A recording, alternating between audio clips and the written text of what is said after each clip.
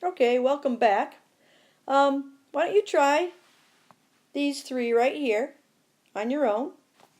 So pause the video and give them a try. Okay, on each of these you can indeed move the decimal to the right 2 places.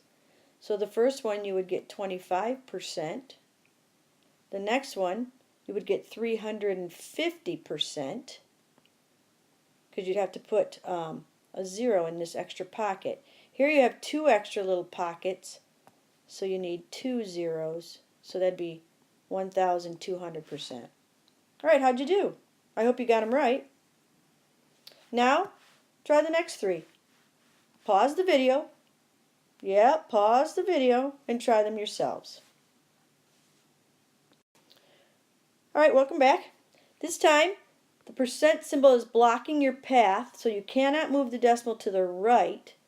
Therefore, you have to move it to the left. And you always move it 2 places. So here you have a little empty pocket. So your answer would be 0.07. The next one, there's a little empty pocket right here. 0.015. And the last one would be 0.3. Okay, I hope you did all right. If not, you can certainly ask me some questions. Okay, one more part to go. Changing tough fractions to percents. You know, I just think of these as like your homework scores, because we do this almost every day. Pretend this is a homework score, that you ended up getting 3 out of 8. That's not even half, right? How would you figure out your percent? Wouldn't you just divide 3 divided by 8, which gives you a decimal of 0.375. And then you take your decimal and you move your decimal point 2 to the right to give you 37.5%, which is not that great of a score, but it's reasonable here. 3/8 is less than half, and that's less than half. Alright, 1/16. You would just type into your calculator 1 divided by 16. Your calculator screen would show you this decimal, 0.0625. And then you would just mentally move that decimal over 2 places. And that would give you 6.25%. Not a great percent, but then again, not a great score. Alright, pause the video. Yep, hit that pause button. Try the next 3 on your own. Alrighty, let's see how you did. Since they are fractions, you would just divide the numerator by the denominator on 10/7. 10/7, if that was your score, that means you actually got extra credit, so you're going to be over 100%.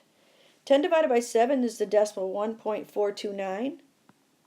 And then change the decimal to a fraction, move that over 2 places to the right. You would get 142.9%. Yep, more than 100%. The next one, when you divide 5 divided by 8, the decimal is 0.625. Move it over 2 places to the right. 62.5%, which is reasonable because 5/8 is more than halfway. That's more than half. And then 3 divided by 7 is 0.42857 on your calculator. Move your decimal over 2 places to the right. You would have 42.857%, a little less than half, because 3/7 is a little less than half. Alright, I hope you got those right.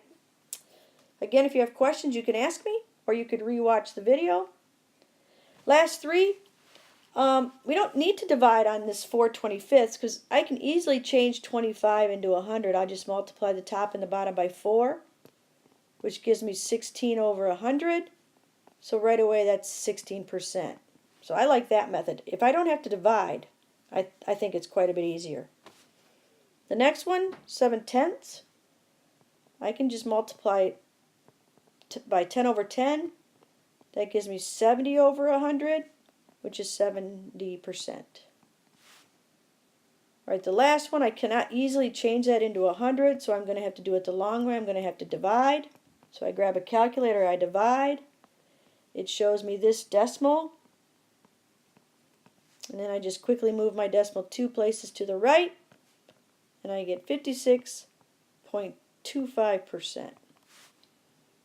All right, I hope this is helpful. Good luck.